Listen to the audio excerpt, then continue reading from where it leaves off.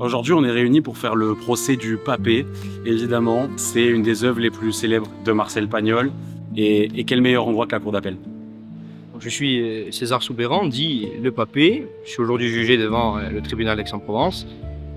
C'est perplexe sur ce qui va se passer puisque c'est un procès à tiroir, c'est un procès qui est une immense supercherie puisque je sais exactement ce que j'ai fait, je sais pourquoi je l'ai fait et qu'aucune loi ne pourra remplacer celle de la Provence, celle de nos collines, de nos campagnes.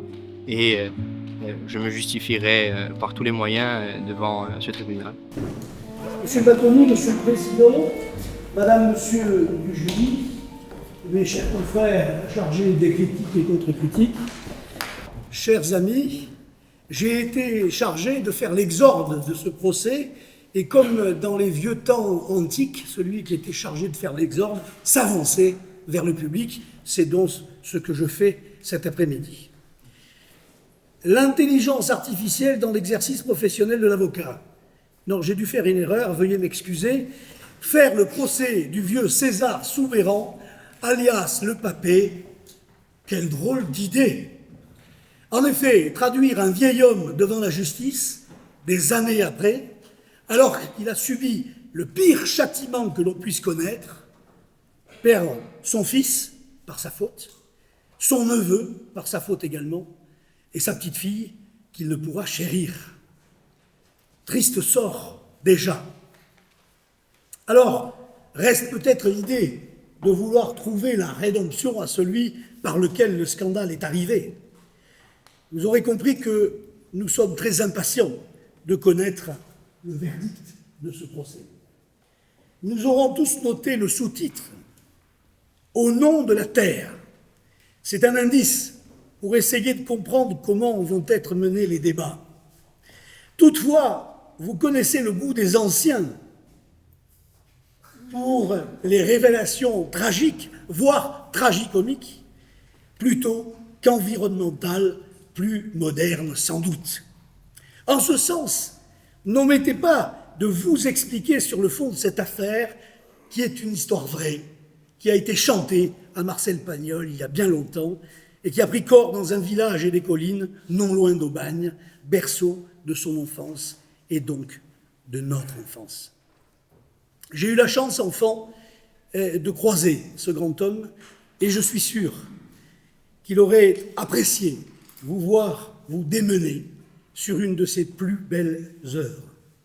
Adésias, Marcel.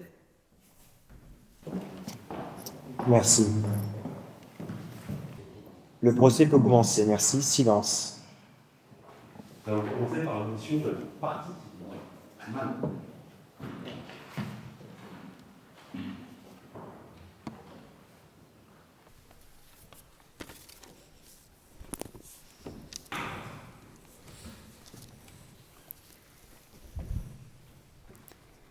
Monsieur le Président, Mesdames et Messieurs du tribunal, connaissez-vous seulement le sentiment de se faire arracher injustement ce que l'on a de plus cher, se faire souiller, déposséder, manipuler au plus haut point, sans pouvoir agir?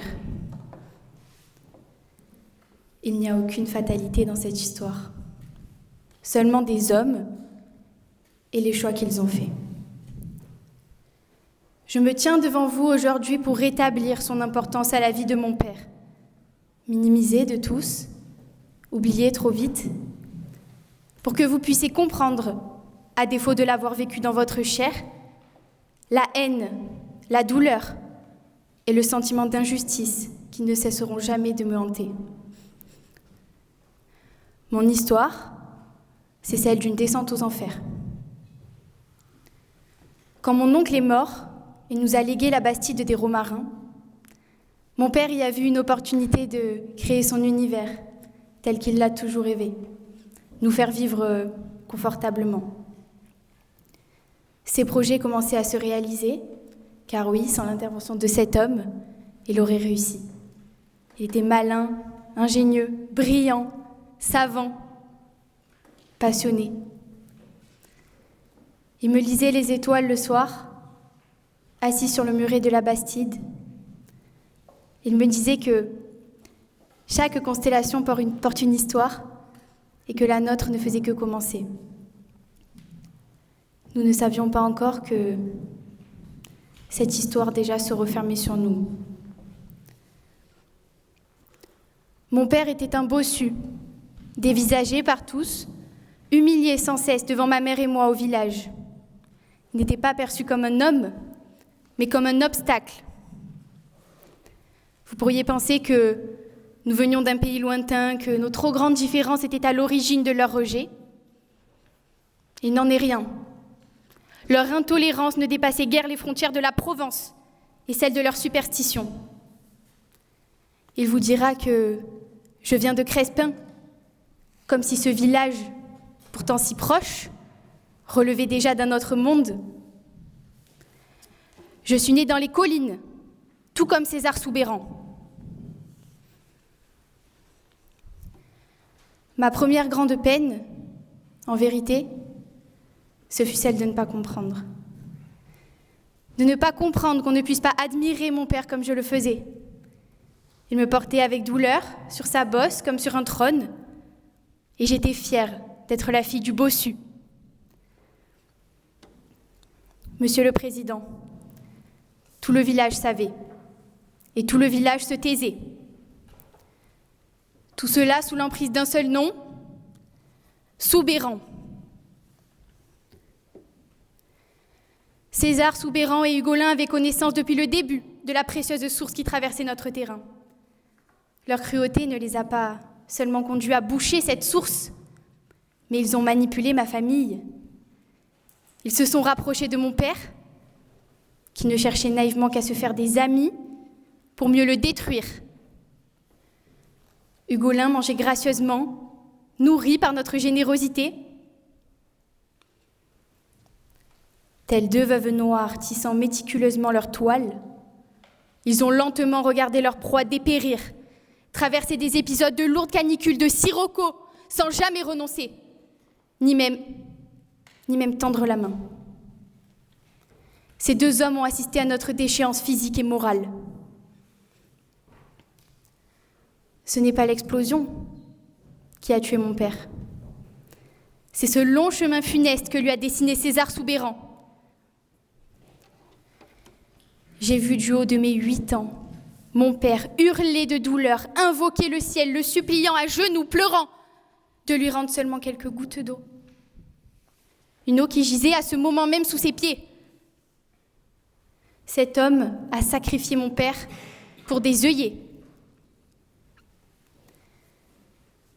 Voyez-vous, l'ironie de la vie a fait que celui qu'il qualifiait tout haut, si fort, de pauvre fada de la ville, n'était en réalité autre que son fils. Il est si dépourvu d'humanité qu'il n'a même pas su reconnaître le fruit de ses entrailles. Sans même avoir la décence d'attendre notre départ, et après avoir racheté notre maison pour une bouchée de pain, il a débouché la source sous mes yeux d'enfant. En un instant, cette terre qu'il disait stérile retrouvait toute sa valeur. L'eau jaillissait enfin, et je n'oublierai jamais comment ce diable perfide jubilait, se permettant un geste de baptême sur Hugolin, tel un faux prophète sur une terre qu'il venait de voler. Vous me trouvez froide ? Rendez-le coupable de ce qu'il a fait de moi. Ne croyez pas que tout est si simple. J'ai essayé de pardonner, de comprendre. Nous sommes ici réunis pour le procès du dernier membre de ma famille, le seul qu'il me reste. César Soubeyran est mon grand-père et la personne que je déteste le plus au monde.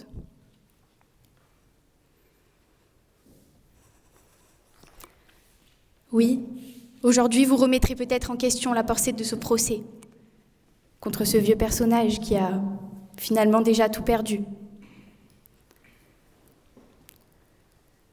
Aujourd'hui, je veux que l'homme qui m'a volé mon enfance, ma maison, la femme que j'aurais pu devenir, mon père, soit enfin reconnu coupable aux yeux de tous. Rien n'excusera jamais ces viles prétentions. sa convoitise qui ne connaît de limites. Puisque rendez-vous compte, il a même pensé qu'il pourrait m'offrir en mariage à Hugolin après tout ce qu'ils m'ont fait subir. Mais par pitié, ramenez-le à sa simple condition d'homme. C'est déjà bien trop généreux que de le qualifier ainsi. Je sais bien ce qu'il espère. Se défiler.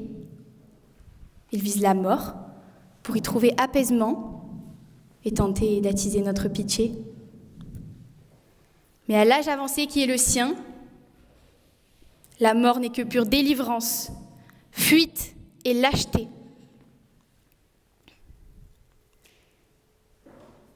S'il veut nous prouver qu'il existe ne serait-ce qu'une once d'humanité en lui, il ne suffira pas qu'il se soumette à une sentence, mais qu'il la réclame.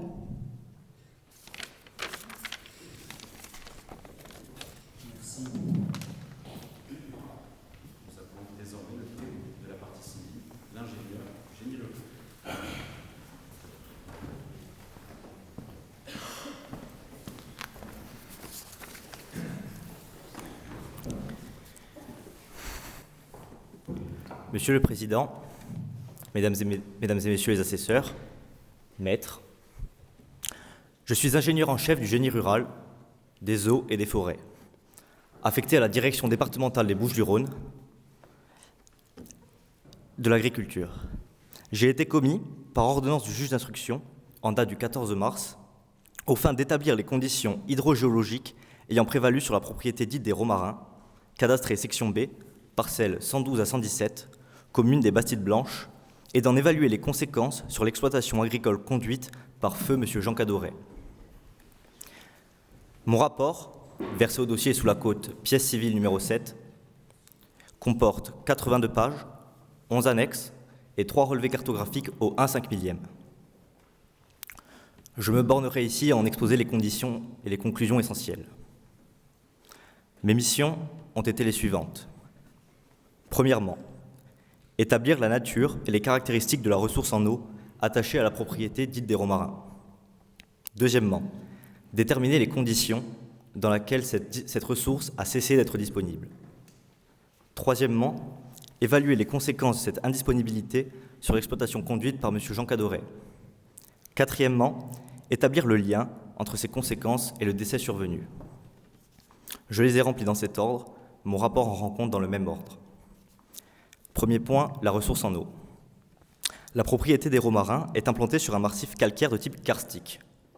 Ce type de formation est caractérisé par la dissolution progressive des carbonates, laquelle génère un réseau de fissures, de conduits et de cavités communicantes. L'eau de pluie y infiltre, circule selon les trajectoires que la géologie impose et ressurgit en surface au point de moindre résistance. Ces points s'appellent des sources. La propriété des Romarins disposait d'une source. Je dis disposait. D'après les archives du service hydraulique départemental, consultées en annexe 3, cette source présentait un débit moyen de 4,3 mètres cubes par heure en période d'étiage et pouvait atteindre 11 mètres cubes en période de haute eau. Ce débit est, pour la région, tout à fait suffisant pour alimenter une exploitation maraîchère d'envergure moyenne. Il constituait ce que la nomenclature administrative appelle une ressource pérenne, structurante pour le fonds. La valeur vénale de la propriété, en présence de cette source, était estimée, selon le barème actualisé du cadastre rural, à une somme significativement supérieure à celle déclarée lors de la transaction d'acquisition par M. Cadoret. Cette observation figure à l'annexe 7. Je n'en tire pour l'instant aucune conclusion. Je la note. Deuxième point, l'obstruction. Dans le cadre de mes investigations, j'ai procédé, le 19 avril, à l'examen physique de l'émergence karstique correspondant à la source décrite ci-dessus. J'ai constaté la présence, à une profondeur de 80 cm, sous le niveau du sol, d'un bouchon de ciment, obstruant intégralement le conduit principal d'alimentation. La composition de ce bouchon a été analysée par le laboratoire du BRGM, référence LB 2024-441. Il s'agit d'un mortier de chaux, présentant des caractéristiques d'application manuelle et volontaire. Sa mise en place ne résulte pas d'un phénomène naturel de colmatage.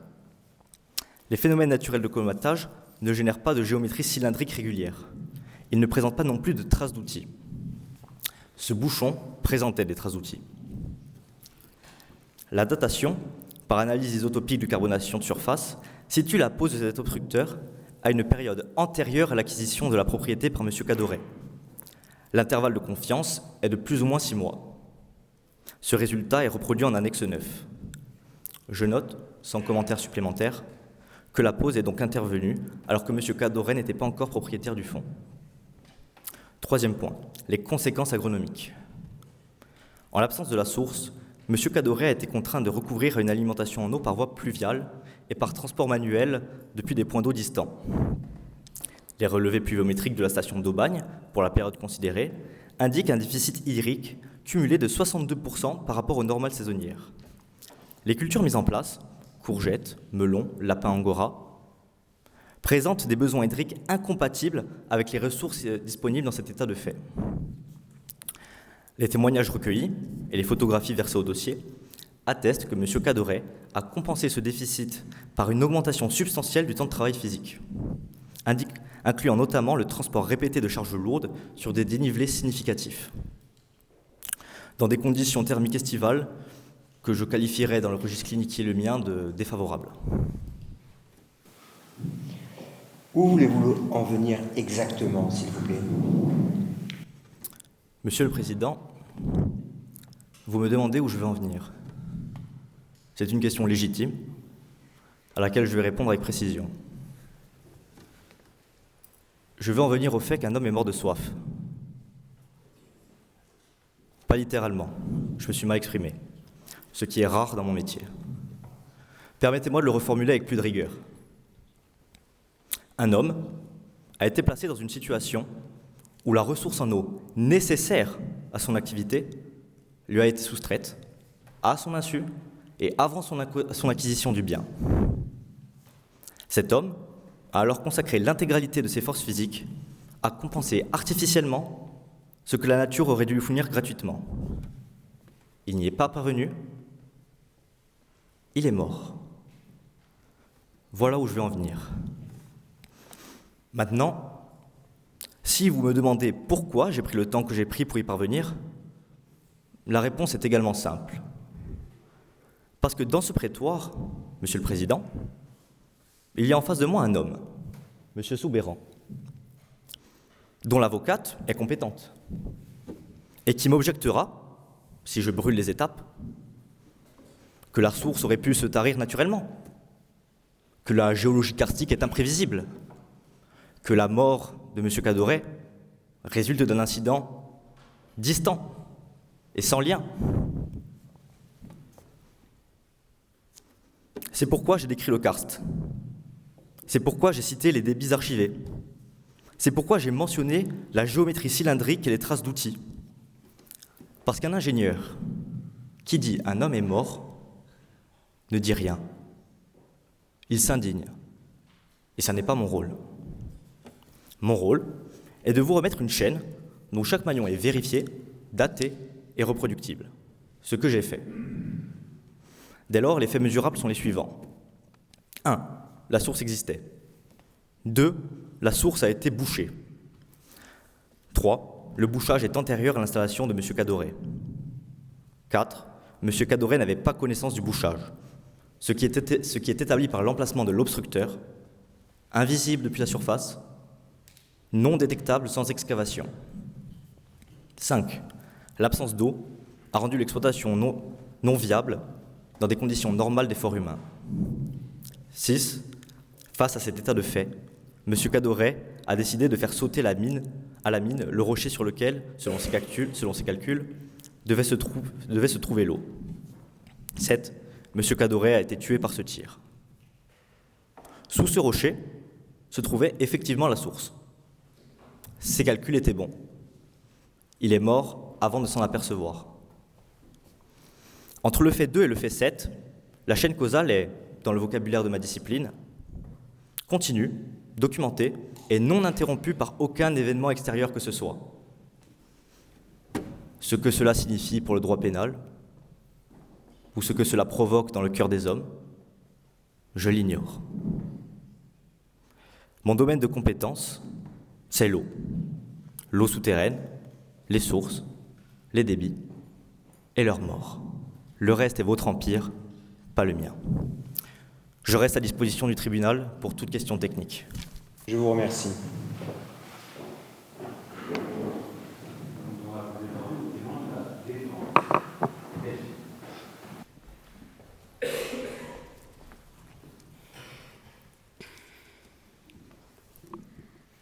Monsieur le Président, Mesdames et Messieurs du tribunal, bonjour. Je suis profondément attristée par ce qu'il se passe dans cette salle. J'entends Manon, j'entends sa colère et je la comprends. Mais je suis étonnée, car je pensais que celle-ci s'était estompée. En effet, j'avais cru, après la lettre qu'elle avait lue de la main même de César, que quelque chose en elle s'était apaisé. Elle était venue me voir, elle avait l'air soulagée. Sa vérité était faite, sa vengeance aussi. Alors pourquoi sommes-nous ici aujourd'hui ? Quiconque connaît César sait qu'il se résume en 3 mots. Soubeyran, lignée, Florette. Vous savez que ses seuls souhaits étaient d'avoir une lignée et que son sang puisse continuer de couler. Mais surtout, qu'il n'avait qu'un seul grand amour dans sa vie, Florette. Vous venez d'entendre Manon, vous venez d'entendre l'ingénieur. Il vous parle de César comme d'un monstre, un homme froid, calculateur, qui a laissé mourir son propre fils pour quelques arpents de terre. Dans un instant, vous allez l'entendre, mais il y a des choses qu'un homme comme lui ne dira jamais. Des choses qu'il gardera pour lui jusqu'à son dernier souffle, par orgueil, par pudeur, parce que c'est dans sa nature. Je suis désolée, César, mais je vais devoir parler de ce jour. Parler de ce jour où tu t'es enfin ouverte aux autres. Oui, la vérité mérite d'être dite et je pense que je suis la seule personne encore vivante qui connaisse vraiment cet homme. Pas le Soubeyran, pas le papé, l'homme. Vous savez, moi aussi. Moi aussi, pendant un moment, je pensais que c'était un monstre. Je pensais qu'il était capable de laisser tomber une femme qu'il aimait sans même daigner répondre. Capable de laisser naître son enfant dans la honte, capable de tout pour un nom, pour une terre. Je m'étais trompée. Je l'ai compris un après-midi, il y a quelques années, sur un banc de l'esplanade où nous avions l'habitude de nous asseoir au soleil. Je lui ai reproché ce crime de n'avoir jamais répondu à cette lettre. Pas de colère, pas de déni, un silence. Le silence d'un homme qui reçoit un coup qu'il n'a pas vu venir. Il ne pouvait plus respirer, en fait, il ne l'avait jamais reçue, cette lettre. Je l'avais postée moi-même, donc je savais qu'elle était partie, mais en l'écoutant, j'ai compris. Lors de son service en Afrique, les soldats changeaient sans cesse de pays. Des lettres se perdaient, celle-là s'est perdue, et avec elle, toute une vie. Dans cette lettre, Florette, le seul vrai amour de César, lui disait qu'elle l'aimait, et qu'elle n'aimerait jamais que lui. Surtout, elle disait qu'elle portait son enfant. Elle ne demandait pas grand-chose, juste une promesse, juste une lettre à son père pour qu'il s'engage à l'épouser à son retour, juste de quoi donner un père à leur enfant. La réponse n'est jamais venue. Elle a fini par partir pour épouser un forgeron de Crespin. Elle a eu cet enfant bossu. Bossu à cause de tout ce qu'elle avait enduré afin de l'éviter. Cet enfant s'appelait Jean, c'était le fils de César Soubeyran, et César ne le savait pas, alors que c'était son rêve. Il a appris cette vérité quelque temps après que son neveu Hugolin soit mort. Toutes les personnes qu'il avait vraiment aimées dans sa vie étaient parties. César est rongé par la culpabilité depuis. Il a honte, il le regrette. Je le sais, je l'ai compris, je l'ai senti, je suis son ami. Quand ces mots sont sortis de ma bouche, là, sur ce banc au soleil, tout son monde s'est effondré. Sa glace s'est brisée et il a changé à tout jamais. Je ne l'ai plus jamais reconnu depuis. Parce qu'il n'y avait qu'une seule personne sur cette terre qui pouvait encore le toucher, qui pouvait encore atteindre quelque chose de vivant en lui, et c'était Florette. Florette qu'il n'avait jamais oubliée. Florette dont il gardait encore Après toutes ces décennies, 2 petits billets au crayon à moitié effacés et une épingle de ses cheveux.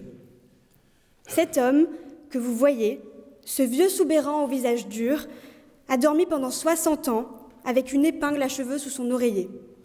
Voilà l'homme que vous allez juger aujourd'hui. Il a rêvé toute sa vie d'une famille, il a rêvé toute sa vie d'un amour, d'une continuité. Il reportait ce rêve sur son neveu Hugolin, s'accrochant à lui comme à une bouée, désespéré à l'idée de mourir seul, sans personne à qui transmettre ce qu'il avait construit. Et pendant tout ce temps, sans le savoir, son fils était là, à quelques collines, à portée de regard, sans savoir. Il a appris que la petite bergère qui le fuyait avec dégoût était sa propre petite fille et que le seul sang qui lui restait au monde était le sang qu'il avait contribué à faire couler. Tout ce qu'il aimait, tout ce qu'il aurait pu avoir, perdu, sans qu'il ne l'ait jamais su, ou du moins trop tard. Alors, je vous pose la question à vous. Qui allez le juger aujourd'hui? Ne pensez-vous pas que Dieu l'a déjà assez puni? Ne pensez-vous pas que cet homme a déjà assez souffert?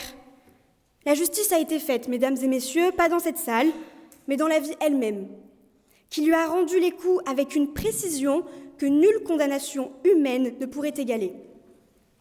Manon, je te connais, je t'ai entendu grandir dans ce village, je t'ai entendu venir me voir après que tu aies lu cette lettre. J'ai entendu ta voix ce jour-là. Tu étais bouleversée, bien sûr, mais tu étais aussi apaisée. Tu savais qu'il avait souffert. Tu savais que tu étais vengée. Tu savais que la vérité était enfin rétablie. Alors pourquoi, Manon? Pourquoi continuer? Pourquoi vouloir l'enfoncer encore? Mesdames et messieurs, dans un instant, il va prendre la parole. Et le connaissant, vous allez l'entendre s'accuser. Vous allez peut-être être tenté de le condamner sans hésiter. Je vous demande juste une seule chose. Écoutez-le, mais non pas comme on écoute un coupable qui plaide, mais comme on écoute un homme qui a déjà tout perdu. Ne jugez pas un homme sur la moitié de son histoire. Il n'a pas abandonné Florette, il n'a pas refusé son fils, il n'a juste pas su. Une lettre s'est perdue dans les sables d'Afrique et toute une vie s'est construite sur ce silence. Je peux vous le dire, il regrette. Il a payé ce silence pendant 60 ans, et sans le savoir. Et il l'a payé au centuple dans ses derniers jours, quand la vérité lui est tombée dessus d'un seul coup. Épargnez-le. Sa vie entière a été le prix d'une lettre perdue. Ne lui réclamez pas davantage. Je vous remercie. Merci.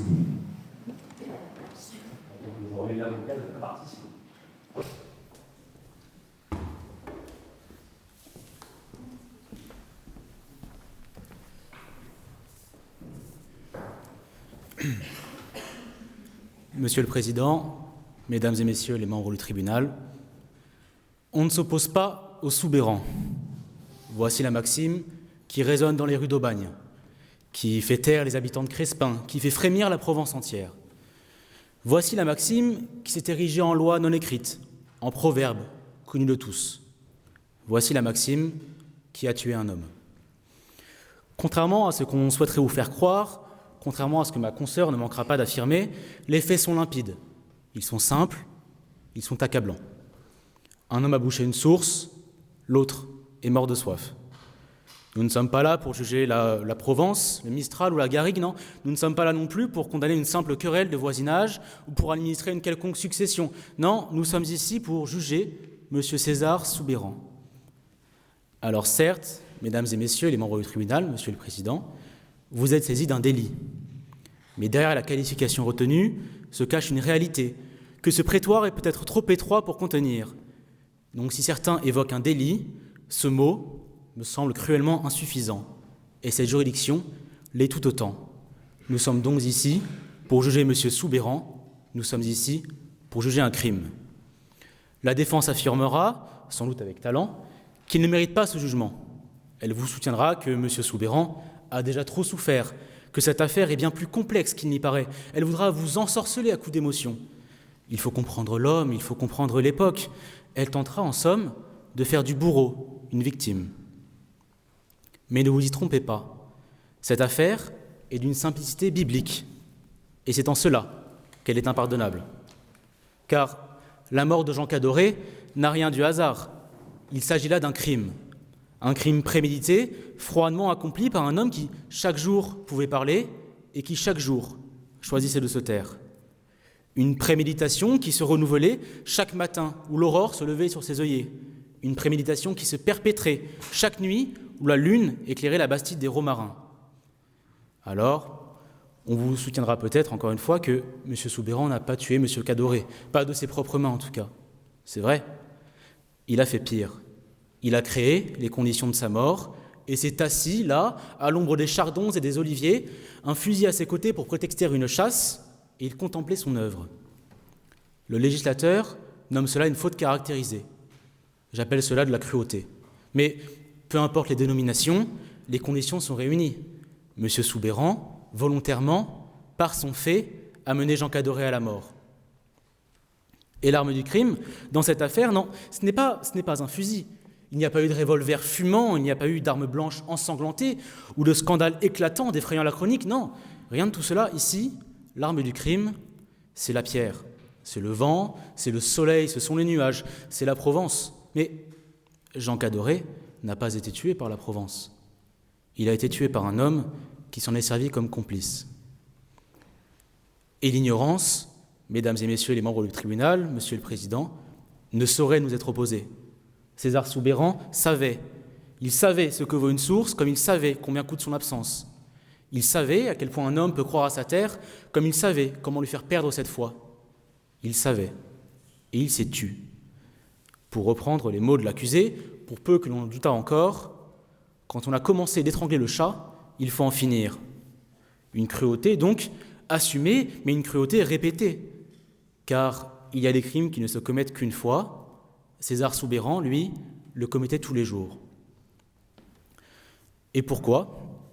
Pour le gain, pour la terre, pour posséder toujours un peu plus de ces deux démons, M. Soubeyran était prêt à creuser lui-même jusqu'en enfer. Car ce n'est pas une action noble qui guidait sa pioche, ce n'est pas un acte de nécessité qui lui faisait verser le ciment, ce n'est pas pour une quelconque passion brûlante qu'il s'asseyait en regardant son voisin s'éteindre à petit feu. Non, M. Soubeyran n'avait pas faim. Il n'était pas ruiné, il n'était pas seul, il en voulait juste davantage. Un homme est mort pour qu'un autre puisse s'enrichir. La voilà, messieurs les membres du tribunal, la triste vérité, la voilà, la froide vérité. M. Soubeyran, finalement, aimait sa terre, comme d'autres aiment leur pays, avec cette conviction tranquille, cette certitude inébranlable, que tout ce qu'elle réclame est justifié. Mais le tribut que sa terre réclamait, cette fois, était bien trop lourd. Et rappelez-vous, après que le crime fut commis, lors de l'enterrement de Jean Cadoré, quand il demanda aux habitants, en feintant l'innocence bien sûr, combien pouvait valoir sa Bastille laissée vide, voici ce qu'on lui répondit. Pas bien cher. En tout cas, cela ne valait pas la mort d'un homme. Donc si M. Soubeyran n'était pas l'homme le plus pieux, s'il n'était pas l'homme le plus religieux, il savait au moins ceci.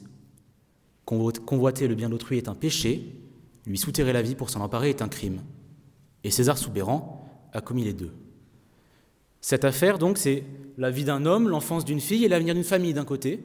De l'autre côté de la balance, quelques rangs d'œillets et une poignée de francs. Au-delà d'un simple crime, donc, c'est l'avidité d'un homme, dans sa forme la plus pure, dans sa forme la plus viscérale qui est jugée aujourd'hui. C'est cette cupidité que vous avez l'obligation de condamner. Mais vous entendrez peut-être alors que le village entier savait, que tout Aubagne était complice. C'est vrai, complice, car il ne pouvait s'opposer à un homme que nul n'ose confronter. Complice, car aucun ne souhaitait affirmer ce que tous savaient. Car rappelez-vous, messieurs, nul ne s'oppose au Soubeyran. Aucun besoin de se cacher, donc, même pour un meurtrier, car rendons à César ce qui est à César, nous rendons le reste à Marius et Fanny, M. Soubeyran n'est pas un monstre. Ce n'est pas un criminel au sang-froid, tout droit venu d'un film d'épouvante, non, c'est un homme de bien, dit-on de lui, un notable de la ville, respecté par ses voisins, aimé par ses voisins. On le saluait, on l'écoutait, on lui demandait son avis sur la météo, sur la chasse, sur les affaires du village. Et pendant qu'il répondait, à 2 kilomètres de là, Jean Cadoret mourait de soif. Car César Soubeyran n'avait pas besoin d'être un monstre. Il lui a suffi d'être puissant, il lui a suffi d'être craint, il lui a suffi d'être silencieux. Et le plus effrayant donc, ce n'est pas qu'il soit monstrueux, c'est qu'il soit respectable. C'est finalement que cet homme, bien sous tous les atours, ait commis un crime aussi cruel, aussi odieux, et que l'on se souvienne d'une chose, après avoir bouché la source, après avoir condamné son voisin, César Soubeyran est allé jouer aux boules. Voilà sa mesure, voilà son humanité, voilà ses remords résumés. Alors évidemment, messieurs les membres du tribunal, monsieur le président, ce crime ne s'est pas arrêté au père, il a hanté la fille, mais vous avez entendu ma cliente. Je ne lui ferai pas l'affront de répéter ces mots, ils valent mieux que tous ceux que je pourrais lui prêter. Mais il y a ce que l'émotion dicte et ce que la justice doit faire. Et s'il y a un temps pour pleurer, s'il y a un temps pour se venger, il doit y avoir, messieurs les membres du tribunal, un temps pour juger. Ce procès, malheureusement, ne rendra pas son père à ma cliente. Il ne fera pas couler l'eau de la source à nouveau, il ne ramènera pas les années volées de son enfance. Mais il nommera, il qualifiera, il rappellera que si nul ne s'oppose au Soubeyran, la justice, elle, peut les rattraper. Un homme est mort pour satisfaire la cupidité d'un autre. Un homme est mort pour que son voisin puisse avoir une terre de plus. Manon n'a pas besoin de votre pitié, elle a besoin de votre verdict. Alors, au nom de la terre et de la Provence, au nom des hommes et de la justice, M. Soubeyran doit répondre de ses actes. Pour sa cupidité, pour son silence meurtrier, pour cette source bouchée et cette vie gâchée, César Soubeyran doit être déclaré coupable. Merci.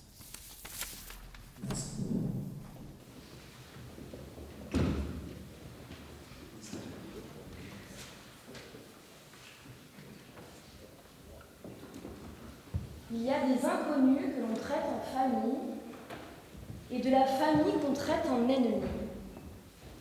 César Soubeyran a fait les deux.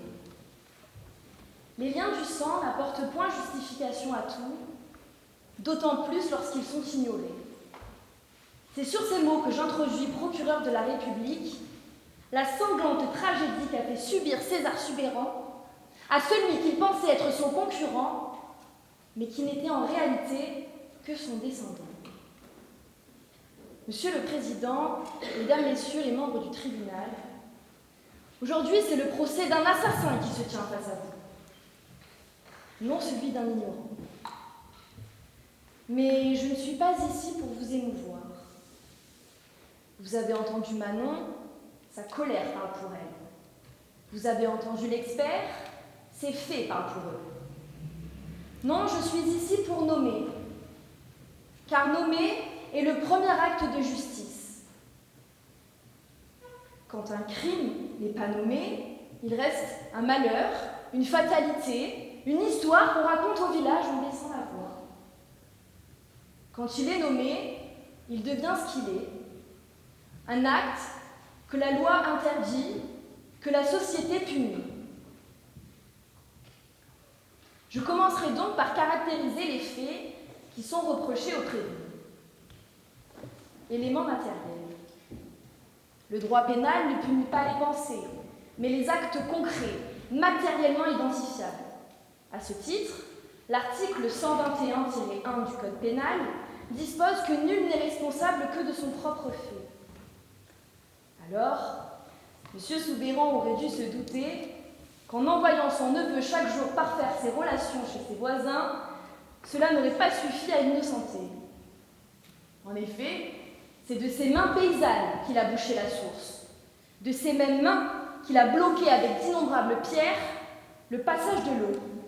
Encore, de ces mêmes mains qu'il a gâché du ciment afin de dissimuler toute onde d'humidité. Cet homme est donc intervenu physiquement sur un bien qui ne lui appartenait pas en vue de le saboter, d'en priver d'accès son propriétaire. L'élément matériel est donc caractérisé. S'agissant de l'élément intentionnel, l'article 121-3 du même code dispose qu'il n'y a point de crime ou de délit sans intention de le commettre. Et c'est précisément sur ce point que M. Soubeyran ne pourra trouver d'issue à sa culpabilité.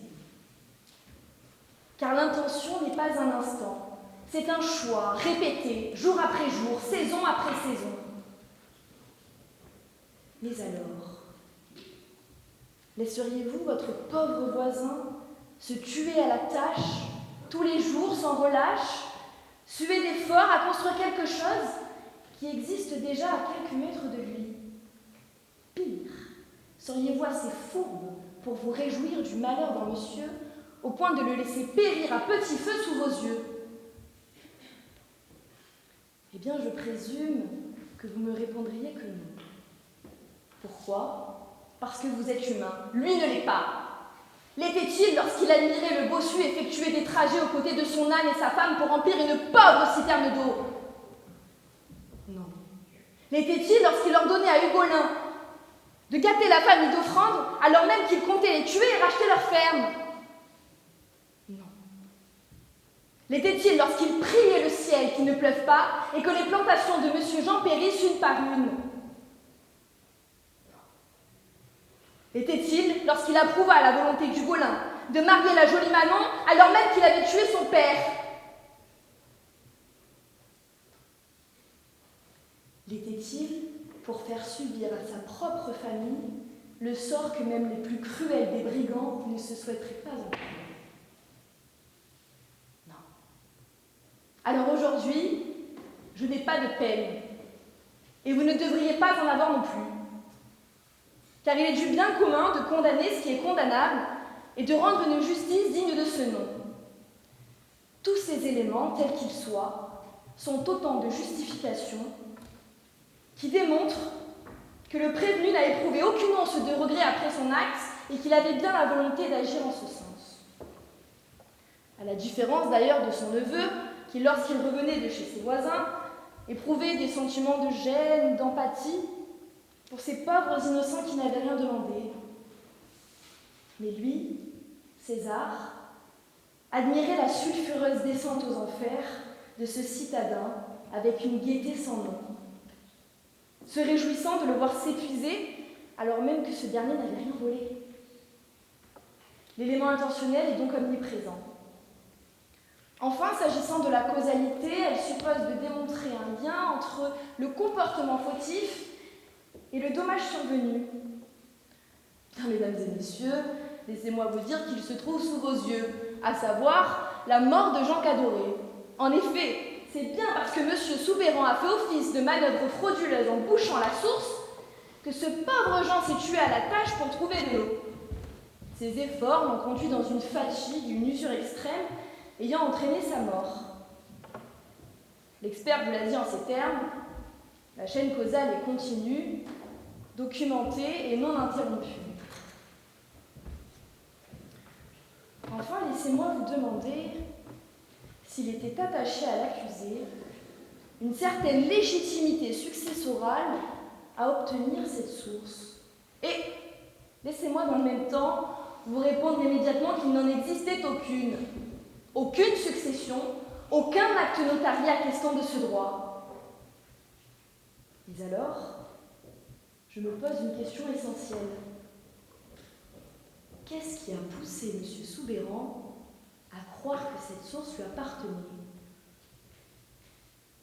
Pire, avait-il fait l'objet d'une prescription acquisitive lui permettant d'en devenir propriétaire?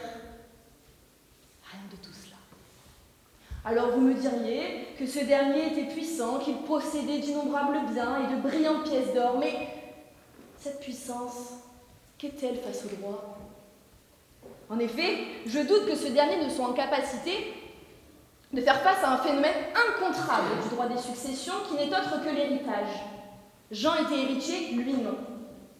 Vous me diriez également qu'il est d'usage dans des villages aussi petits qu'Aubagne et où les cigales sont les seuls compagnons des paysans que des biens qu'ils ont toujours connus et pour lesquels ils se sont longtemps occupés devraient leur revenir.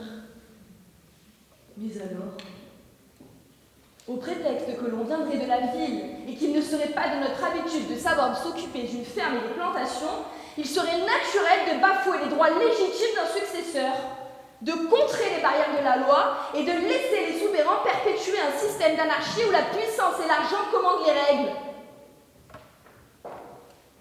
Autant vous dire que c'est ce qui se passera si vous ne le condamnez pas. Les circonstances sont bien plus qu'aggravantes, elles sont sans nom. Tous les éléments sont réunis. Manœuvre frauduleuse, intention de nuire, sabotage et soustraction volontaire. Comment ne pas condamner face à de tels constats?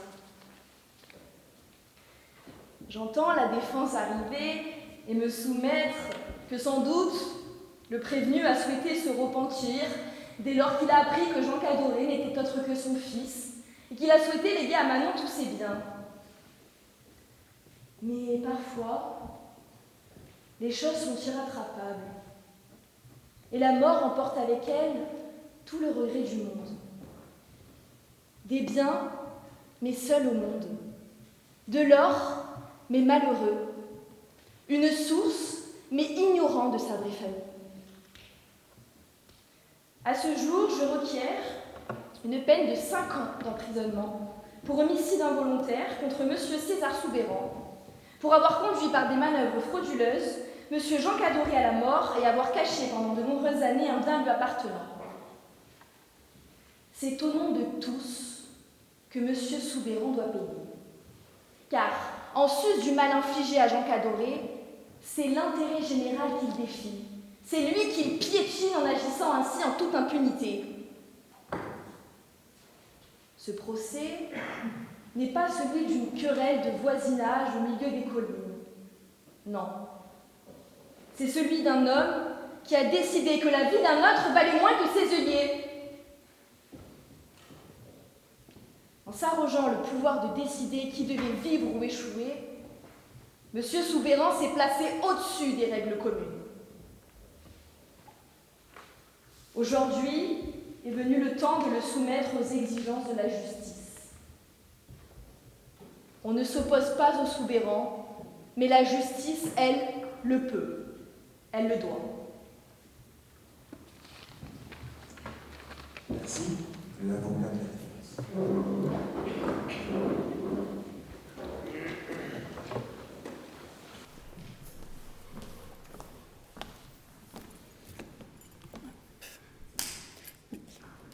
Monsieur le Président, Mesdames et Messieurs les membres du tribunal, je n'ai pas l'intention de vous mentir, je n'ai pas l'intention de vous attendrir avec des artifices. Je pense que vous êtes des femmes et des hommes intelligents. Et l'intelligence mérite qu'on lui parle franchement. Alors voici la vérité sans phare. L'homme assis devant vous n'est pas sympathique. Il est rude, fermé, arrogant parfois. Il n'inspire pas la tendresse. Il n'a jamais cherché à l'inspirer. Ce n'est pas un homme fait pour les plaidoiries émouvantes, ni pour les discours bien tournés. Et pourtant, il y a quelque chose dans ce dossier qui m'interroge depuis que je l'ai ouvert. Une question que ni l'accusation, ni la partie civile ont posée. Peut-être parce qu'elle est un peu trop dangereuse pour votre thèse. Et si on s'était trompé de coupable? Pas trompé de personne, trompé de catégorie. Parce que César Soubeyran n'est peut-être pas le monstre froid qu'on vous décrit. Il est peut-être quelque chose de bien plus difficile à juger.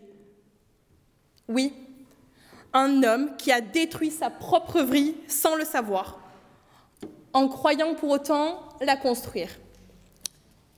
Très bien. L'accusation a travaillé proprement.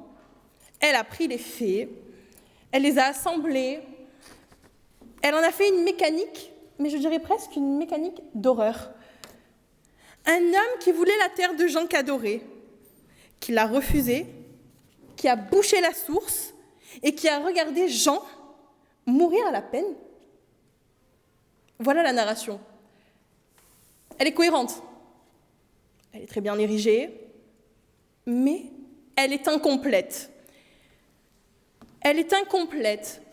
Pourquoi? Parce qu'elle suppose que personne n'a pu établir que César Soubeyran savait qui était Jean Cadoré, qu'il savait en regardant cet homme mourir de soif sur sa colline, qu'il regardait mourir son fils.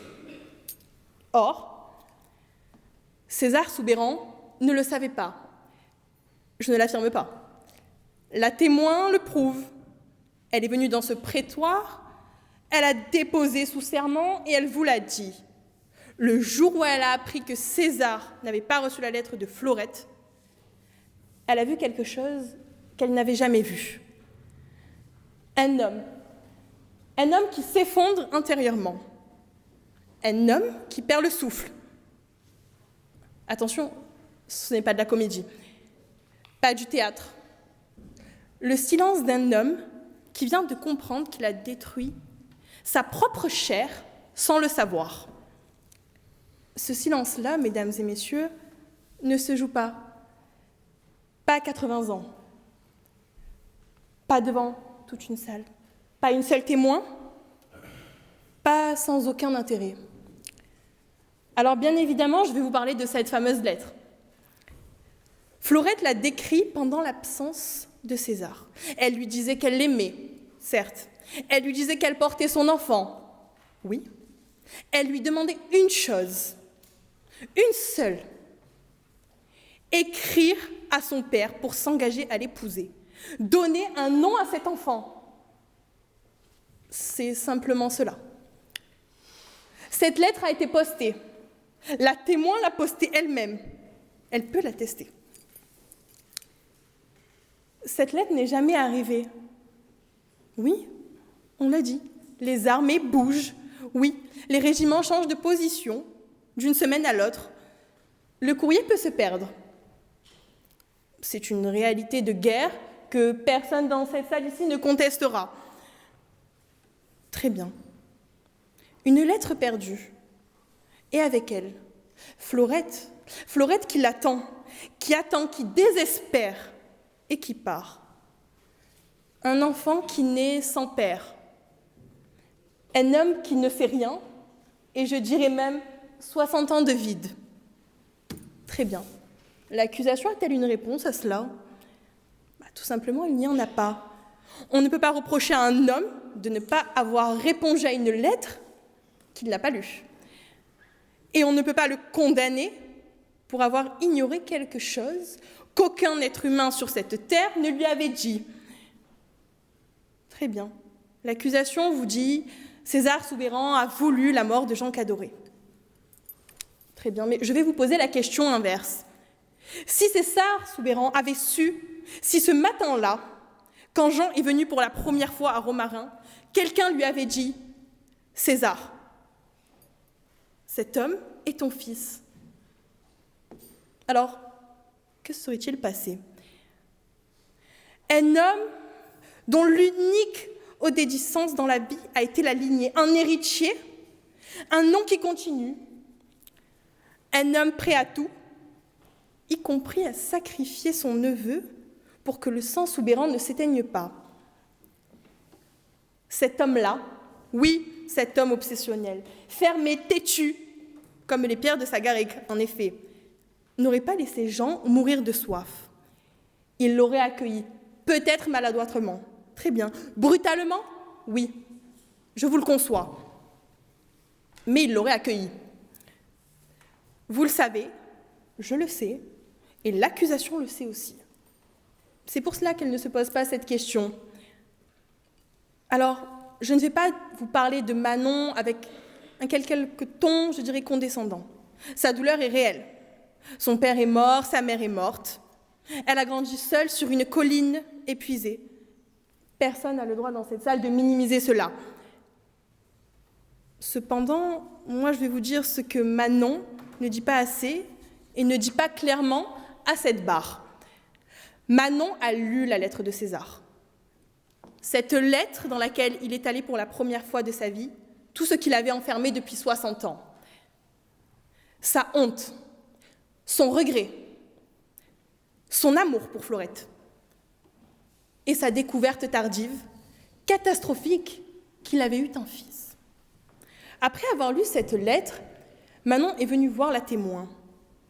La témoin l'a décrite ainsi, apaisée, elle avait l'air soulagée. sa vérité était faite. Alors, véritablement, oui. Pourquoi sommes-nous ici?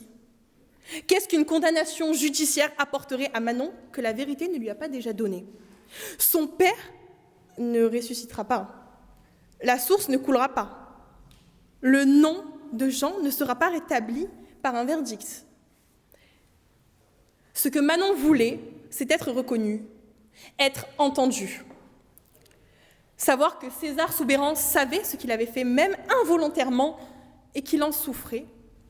Elle l'a eu. La témoin nous le confirme. La lettre le prouve. Alors je vous demande, à quoi sert d'ajouter à cela une condamnation? Très bien.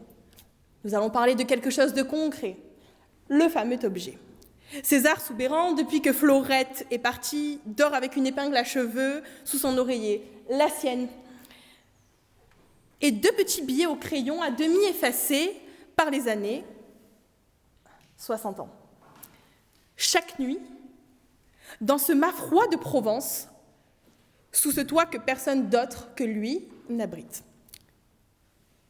Les monstres, cite-t-il, n'ont peut-être pas d'épingle à cheveux sous leurs oreillers. Peut-être pas Florette. Les monstres ne passent pas 60 ans à garder le souvenir d'une femme qu'ils n'ont jamais revue et à qui on ne leur a jamais dit qu'ils avaient un fils. Ce que vous voyez devant vous, ce n'est pas un criminel qui a tout calculé, c'est un homme que l'ignorance a détruit plus sûrement qu'aucune peine de prison ne pourrait le faire. Alors je vais être précise sur ce point parce qu'il est décisif. César Soubeyran a appris en quelques heures, très tard dans sa vie, 3 choses dévastatrices. Il avait un fils. Très bien, ce fils est mort. Et il est mort en partie à cause de lui. D'accord? Métaphorique, peut-être réel. La témoin l'a vu recevoir ça sur ce banc, sur cette fameuse esplanade. Elle a vu un homme qui cesse de respirer. Un homme qui ne répond plus, qui n'est plus là. Depuis ce jour-là, César Soubeyran est un homme condamné. Pas par un tribunal. La condamnation, il se l'est infligée lui-même. Et la condamnation que l'on s'inflige à 80 ans, avec cette lourde vérité sur les épaules, sans personne à qui parler, sans Florette, sans Jean, sans eux. Cette condamnation-là ne ressemble à rien de ce que vous pourriez prononcer. La justice, oui, n'est pas une arithmétique de la souffrance. Elle n'est pas là pour accumuler les peines. Elle est là pour établir ce qui a été renversé. Or, ici, rien ne sera rétabli, sauf votre verdict. Jean ne reviendra pas. Florette ne reviendra pas. La source ne coulera pas. Tout ce que vous pouvez faire, c'est décider. Décider si vous ajoutez ou non quelque chose à ce que le destin a déjà prononcé, avec une précision que nos codes ne possèdent pas. Vous allez vous retirer, vous allez délibérer. Et dans quelques heures, votre décision entrera dans les archives, dans la mémoire de ceux qui ont suivi cette affaire. Alors, oui, vous pouvez condamner César Soubeyran. La loi vous y autorise si vous estimez que les éléments de l'infraction sont réunis. Mais avant cela, je vais vous demander de vous poser une dernière question. Avez-vous la certitude absolue que la loi exige que César Soubeyran a agi en sachant ce qu'il faisait? Que la malveillance était consciente, que la faute était éclairée. Si le moindre doute vous traverse, très bien, vous savez ce qu'il vous impose de faire. Mais si vous avez la certitude, si vous la trouvez quelque part dans ce dossier où je ne l'ai pas trouvé, alors demandez-vous encore ici, à qui cela servira-t-il? Qui sera mieux après? Quelle vie cité sera pensée? Quel avenir sera ouvert? Alors, ne condamnez pas parce qu'il le faut. Ne condamnez pas parce que la mécanique judiciaire nous l'impose et nous l'exige. Condamnez si et seulement si vous êtes convaincu que la condamnation est juste.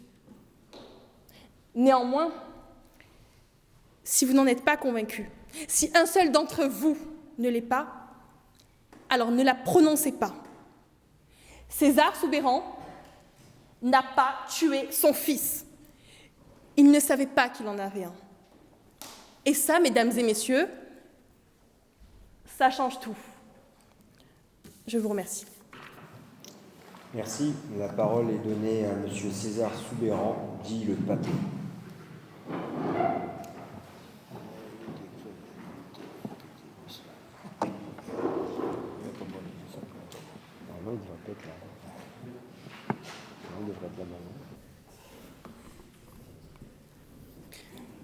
Madame, Messieurs du tribunal, Monsieur le Président, je suis un vieux.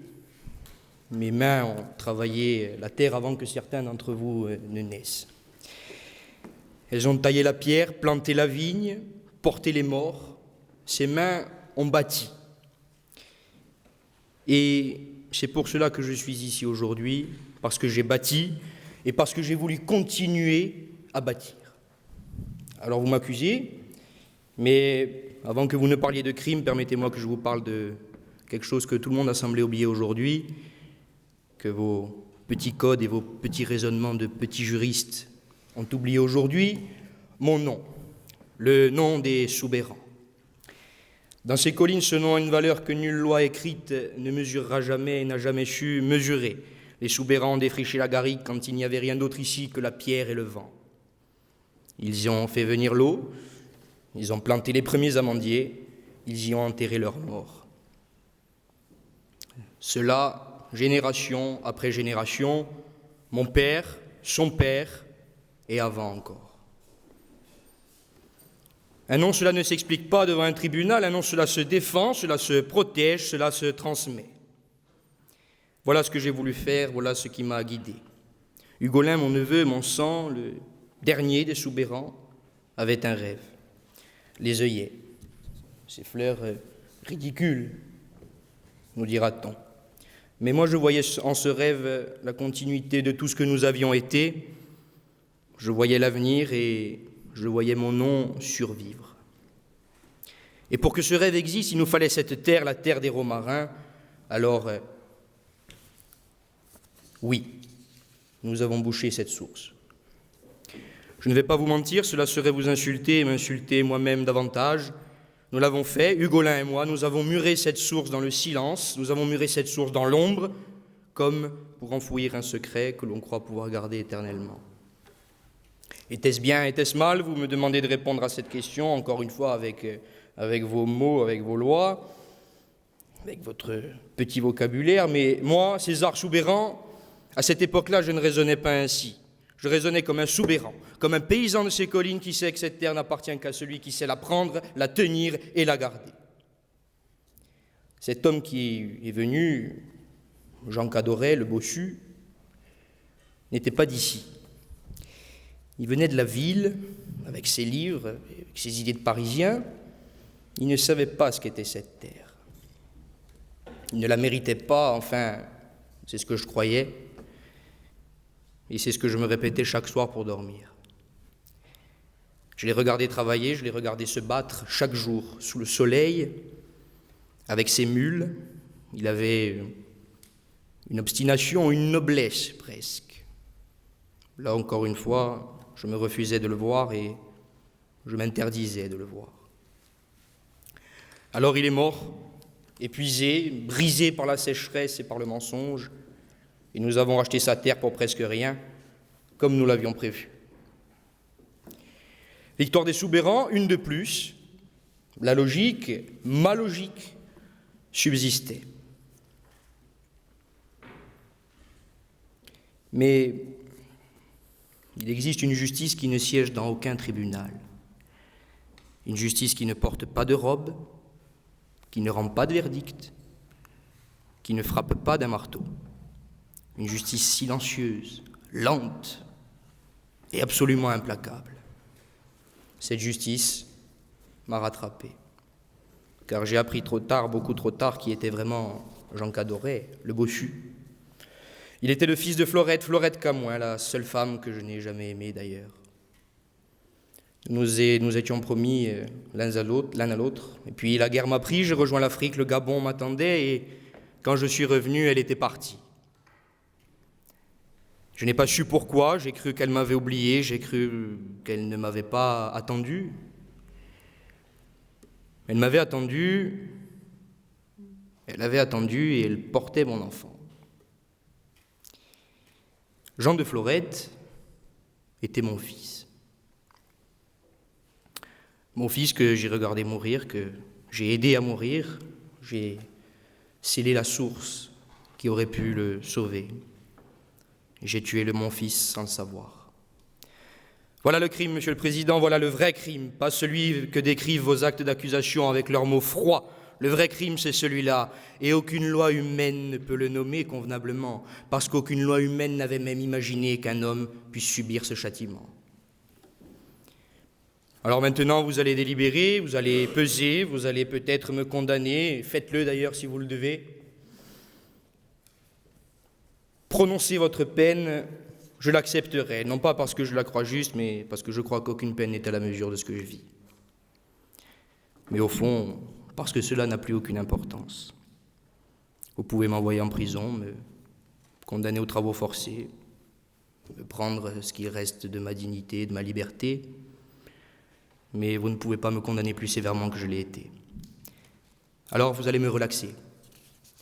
Vous allez me relaxer car moi, César Soubeyran, le dernier des Soubeyran, celui qui voulait tant faire survivre un nom, je suis déjà mort. Quelque chose s'est brisé en moi le jour où j'ai compris, quelque chose qui ne se répare pas. Vous savez, il n'y a plus de feu dans cette maison, il n'y a plus d'avenir. Ce nom s'éteindra avec moi, avec Hugolin, comme il le mérite. Je ne mangerai plus, je ne combattrai plus. Je me laisserai aller tout doucement et finirai dans cette soupente entre quatre planches. La Provence reprendra tout ce que j'ai cru lui prendre et moi je rejoindrai Florette et Jean ainsi que mon neveu Hugolin, qui, je le rappelle, s'est pendu. Et peut-être, si Dieu est moins impitoyable que le destin, peut-être que je lui demanderai pardon. Telle est la vie des hommes, quelques joies, très vite effacées par d'inoubliables chagrins, mais il n'est pas nécessaire de le dire aux enfants. Merci.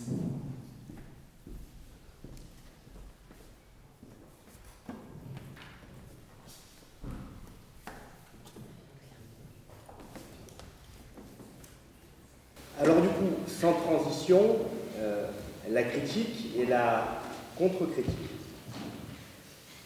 Chers candidats, chères candidates, il m'a été attribué évidemment cette lourde tâche que d'essayer, avec bien sûr beaucoup de mauvaise foi, d'émettre une critique à votre endroit. D'être finalement, un peu comme le dirait Pagnol, cet escagasseur de réputation. Tâche évidemment ô combien difficile, et là je le dis sincèrement, tant que vous êtes évidemment pétri de talent, et en temps normal, je n'aurai bien sûr que des louanges à vous faire. Mais les temps sont durs, et contre la promesse charmante d'un ticket repas, mon compère Olivier Quénaud et moi-même, et d'ailleurs je le dis, nous animons souvent mariage, baptême et bar mitzvah, n'hésitez pas, eh bien nous avons accepté de nous prêter à ce terrible exercice. Et c'est notamment à vous que je vais m'adresser, chers témoins et avocats, accusateurs de ce pauvre papé. Alors, puisque vous avez fait le choix courageux de vous en prendre à un vieillard veuf, sans famille, père d'un bossu qui l'a lui-même tué, eh bien, je serai évidemment à mon tour sans pitié. Vous, dont le courage est finalement retombé aussi vite qu'un soufflé au fromage en écoutant les arguments pertinents de la défense, permettez-moi de reprendre les mots de Rému. Quand on fera danser les couillons, vous ne serez pas dans l'orchestre. Alors, commençons évidemment en premier lieu, bien sûr, avec cette chère partie civile, Manon Dessources, Madame Anaé Camus. Vous êtes, Anaé, finalement, ce que disait très bien Pagnol, une fleur sans parfum. Parce que, Manon, c'est bien joli d'être innocent, mais il ne faut pas non plus en abuser. Vous êtes animé, Manon, par un esprit de jalousie, une rancœur, un esprit de vengeance. Et la seule solution que vous avez trouvée pour réparer les torts qui vous ont été causés, vous vous êtes marié à un instituteur, un fonctionnaire, Manon. Un fonctionnaire, vous avez osé. Alors, vous nous avez fait l'éloge de votre père, et j'en ai pris bonne note, c'est très intéressant, Manon. Il a tout quitté pour s'installer à la campagne. Il a planté des légumes, il a élevé des lapins. Il lisait le ciel le soir en regardant les étoiles et en jouant de l'harmonica. Mais Manon, votre père, c'était juste un zadiste, en fait. Si vous voulez de l'eau, Manon, votre père, il n'avait qu'à créer une méga-bassine et on n'en serait pas là aujourd'hui. Il vous a caché la source, le papier, eh bien soit, pourquoi pas. Assignez-le en vis caché, continuez à jouer de l'harmonica en écoutant Manu Chao et en plantant du cannabis ou de la marijuana, comme disent les vieux magistrats, mais laissez-nous tranquilles. Et puis Manon, et l'amour dans tout ça? Et l'amour, cet amour d'Ugolin, qu'en avez-vous fait avec votre cœur si dur et cet air si grave? Qui mieux que Pagnol et son papé pour incarner cette parole? Je ne connais pas d'amour ni de conviction qui ne naissent sans la parole. Vous qui avez eu la chance, Manon, où elle est Manon? Vous qui avez eu cette chance, Manon, cette chance incroyable, qu'un jour un homme vous regarde et vous dise: mais vous savez que je peux tout lui donner. D'ailleurs, vous serez irrecevable à saisir la civie, soit dit en passant. Mais vous savez que je peux tout lui donner. La source, les œillets, la ferme, le trésor des souverains, ma vie. Tu le sais, toi, tu le sais, je te l'ai dit dans la colline. Je t'aime d'une façon que c'est pas possible de le dire. Écoute-moi, Manon. Tout le temps je te vois, tout le temps je te parle. Quand je mange, ça n'a pas de goût. Le sommeil, ça me l'a tué. Alors, si tu me veux pas, ou je meurs, ou je deviens fou, je t'aime d'amour. Manon. Comme le disait Hugolin, Manon, elle voit pas son bonheur, mais moi, je vois où est mon malheur. Alors, là, il y en a eu un bon. L'ingénieur du génie rural, monsieur Duverny. Il est où, monsieur Duverny? Dont le domaine de compétence, il nous l'a dit, c'est l'eau. Alors on ne sait pas trop si c'est l'eau du pastis ou l'eau du bénitier, je vais y revenir. Alors l'ingénieur rural, c'est intéressant parce qu'il a commencé par nous lire son curriculum vitae, son CV, on ne lui avait rien demandé, comme s'il ne faisait pas assez chaud dans la salle. Puis ensuite, il nous a lu l'ordonnance du juge d'instruction, c'est toujours aussi passionnant, et il a fini par le formulaire B1224 de Pôle emploi. Il nous a développé un plan très intéressant en 12 parties et 36 sous-parties pour aboutir à une conclusion lapidaire qui change tout au procès, tout. On ne l'avait pas anticipé. La Bastide contenait une source. Ben merci, monsieur l'ingénieur. Quelle utilisation florissante de nos deniers publics. Alors, la deuxième conclusion de l'ingénieur, elle est encore plus intéressante, je vous l'ai notée, parce qu'elle restera dans les annales judiciaires. Il n'a pas bu, il est mort. Alors, mais quel éclair de lucidité, monsieur l'ingénieur, hein? Ce même ingénieur qui, quelques instants plus tard, va vous dire, un ingénieur qui dit un homme est mort, ce qu'il vient de dire 10 secondes avant, hein, n'a rien dit. Quelle pertinence, monsieur l'ingénieur. Alors, par contre, je vous en veux beaucoup. Je vous en veux beaucoup parce qu'à un moment, comme on dit en Provence, il ne faut pas déconner. La source, jusqu'à preuve du contraire, ils n'en ont pas fait un parc aquatique, ils n'ont pas fait Marineland avec. Et en revanche, il y a quelque chose que vous auriez pu souligner, monsieur l'ingénieur, si vous avez été un peu moins partial dans votre rapport. Qui parlera de la pollution des eaux, à défaut de la pollution des yeux? Cette catastrophe écologique, de cette petite Manon qui se baigne nue dans la source en se nettoyant avec son savon d'op et en jouant de l'harmonica. Qui dira l'impact qu'elle a causé, elle, sur les nappes phréatiques et cette source qu'elle voulait tant? C'est un scandale, vraiment, c'est un scandale. Et vous osez défendre, mesdames, messieurs, Manon, la petite voyeuriste animée par un désir de vengeance. Je suis outré, j'en arrive évidemment bien sûr à l'avocat de la partie civile, monsieur Vincent Guyot. Alors l'avocat de la partie civile, lui pour le coup, c'est intéressant parce qu'il a manifestement trop fumé le romarin magique de sa cliente. J'étais assis à l'ombre des chardons, un chardon ça fait 30 cm, confrère. Alors, mon cher confrère, vous qui êtes manifestement un Rubik's Cube de l'accusation, un caméléon de l'argument fallacieux, vous n'avez reculé devant rien, hein, nous assénant le papé a commis un péché. Eh ben non, monsieur le curé d'Instagram, la morale n'a rien à faire dans ce prétoire. Vous avez enchaîné par votre credo qu'on vous connaît bien de trotskiste, léniniste, mélanchoniste. Il l'a tué car il était riche, pareil, ça n'a rien à voir, mon cher confrère. Et vous avez fini sur un magnifique dérapage incontrôlé. Dans votre tête, à ce moment-là, c'était la fête de l'UMA. L'arme du crime, c'est le vol, la Provence et les cailloux. Oh, Francis Cabrel, signe une cour d'assises.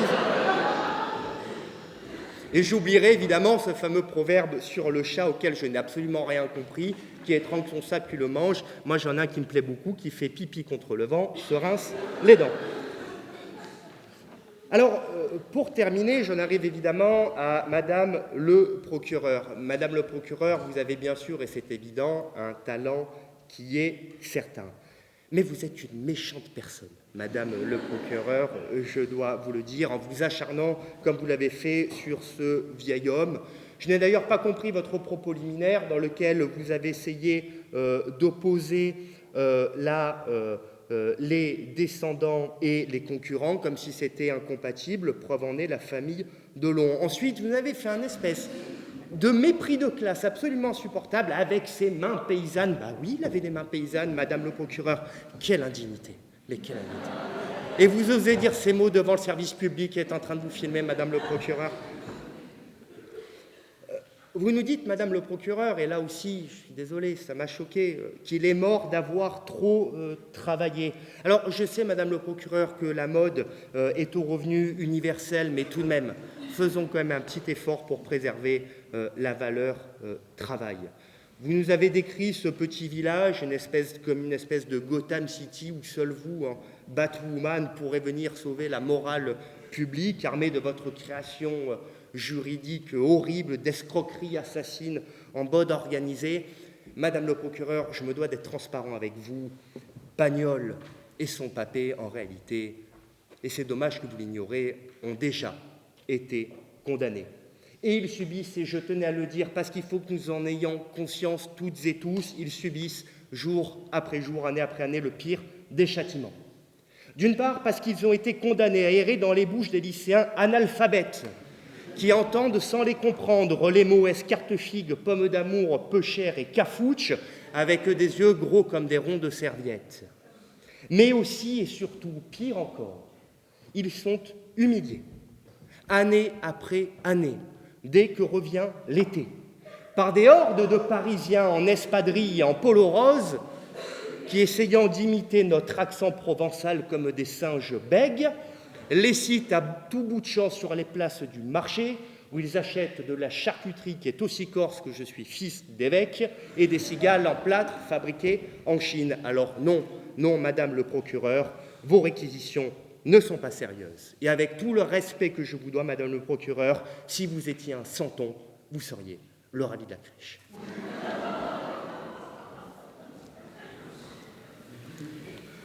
Et j'en ai terminé. Évidemment, vous en doutez de toutes ces bêtises et toutes ces horreurs, je n'en pense pas un mot. Et vous avez su, et je suis sincère, su déployer avec infiniment de talent et de sensibilité l'expression d'une parole qui vous est propre. Et c'est ça qui est intéressant d'ailleurs avec cet exercice. Pourquoi ? Parce que cette parole qui vous est propre, il me semble qu'elle est le reflet de votre singularité. Et en cela, le lien avec l'œuvre de Pagnol est tout fait puisque vous lui avez rendu hommage. Lui qui aimait dépeindre l'autre, sans le juger, avec une fausse naïveté, ce qui rendait ces personnages qu'il décrivait tantôt grands et tantôt petits. Et c'est pour cela que Pagnol, c'est ça qui est intéressant dans notre œuvre, nous invite à faire preuve d'indulgence vis-à-vis de notre prochain, mais aussi vis-à-vis de nous-mêmes. Sans utiliser la béquille de l'intelligence artificielle et tout en acceptant, c'est notre triste destin, mais c'est ainsi, de ne pas avoir le génie de Pagnol, vous êtes la preuve vivante, et c'est heureux, que celles et ceux pour lesquels Pagnol est bien plus qu'une carte postale, eh bien vous en faites partie. Il est, je pense, Pagnol, pour qui sait le lire, l'un des peintres les plus justes de la nature humaine et de la vie. Notamment, il me semble, en ce qu'il vient nous rappeler le caractère fugace de nos existences, nous invitant à prendre conscience des moments de grâce et à relativiser ce qui, parfois, est un peu moins joli. Pagnol ne nous dit jamais ce qu'est la vie, ni ce que nous devrions ou aurions dû faire de nos existences. C'est pour ça que chez Pagnol, et c'est intéressant, un personnage n'est jamais tout noir ou tout blanc. Malgré votre infinie sagesse, chers membres du jury, et vous, cher public, qui sommes-nous finalement pour juger les choix et les parcours de vie du papé? Nous sommes. Et c'est ainsi, et c'est comme ça, et c'est tant mieux. Nous sommes avec tout ce qui nous rend imparfaits et ce qui vient fonder notre humanité trop humaine. Pagnol nous dit simplement ce qui est, pas ce qui devrait être. Parce que peut-être, comme le disait Ernest Renan, il se pourrait que la vérité soit triste. Alors, prenons conscience, pour mieux nous en souvenir, de ce joli moment un peu hors du temps que nous venons de vivre et que vous, chers orateurs, chères oratrices, vous nous avez offert. Vous qui nous avez permis de nous rappeler qu'il faut redonner à l'instant présent sa véritable valeur.